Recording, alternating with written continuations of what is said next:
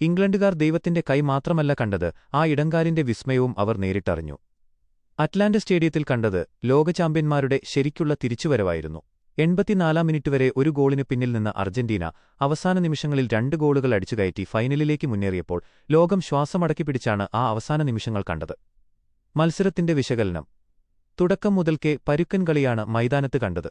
ആദ്യ പകുതിയിൽ ഇരു ടീമുകളും പ്രതിരോധത്തിൽ ഊന്നിയതോടെ ഗോൾരഹിതമായിരുന്നു സ്കോർബോർഡ്. എന്നാൽ രണ്ടാം പകുതിയിൽ കളി മാറി. 55-ാം മിനിറ്റിൽ ആന്റണി ഗോർഡനിലൂടെ ഇംഗ്ലണ്ട് ലീഡെടുത്തു. അതോടെ അർജന്റീനയുടെ കളി ശൈലി തന്നെ മാറി. മെസ്സി മാജിക്കും തിരിച്ചുവരവും. പിന്നാലെ പരിശീലകൻ സ്കലോണി നടത്തിയ തന്ത്രപരമായ മാറ്റങ്ങൾ ഫലം കണ്ടു. ഡി പോളും ലൗട്ടാരോ മാർട്ടിനസും എത്തിയതോടെ അർജന്റീനയുടെ ആക്രമണങ്ങൾക്ക് മൂർച്ച കൂടി.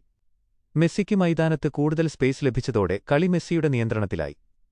പിന്നീട് നമ്മൾ കണ്ടത് മെസ്സി മാജിക്കിന്റെ മറ്റൊരു അധ്യായമാണ്. ക്ലൈമാക്സ്. 85-ാം മിനിറ്റിൽ എൻസോ ഫെർണാണ്ടസിന്റെ ലോങ് റേഞ്ചറിലൂടെ അർജന്റീന ഒപ്പമെത്തി. പിന്നീട് ഇഞ്ചുറി ടൈമിന്റെ 2-ാം മിനിറ്റിൽ മെസ്സിയുടെ തകർപ്പൻ ക്രോസിൽ നിന്ന് ലൗട്ടാരോ മാർട്ടിനസ് വിജയഗോൾ സ്വന്തമാക്കിയപ്പോൾ അറ്റ്ലാന്റ സ്റ്റേഡിയം ആവേശക്കടലായി. മെസ്സിയുടെ 2 അസിസ്റ്റുകൾ ഇംഗ്ലണ്ടിന്റെ ഹൃദയം തകർത്തു. ഉപസംഹാരം. അവിശ്വസനീയമായ പോരാട്ടത്തിനൊടുവിൽ മെസ്സിയും സംഘവും ഫൈനലിൽ എത്തിയിരിക്കുന്നു.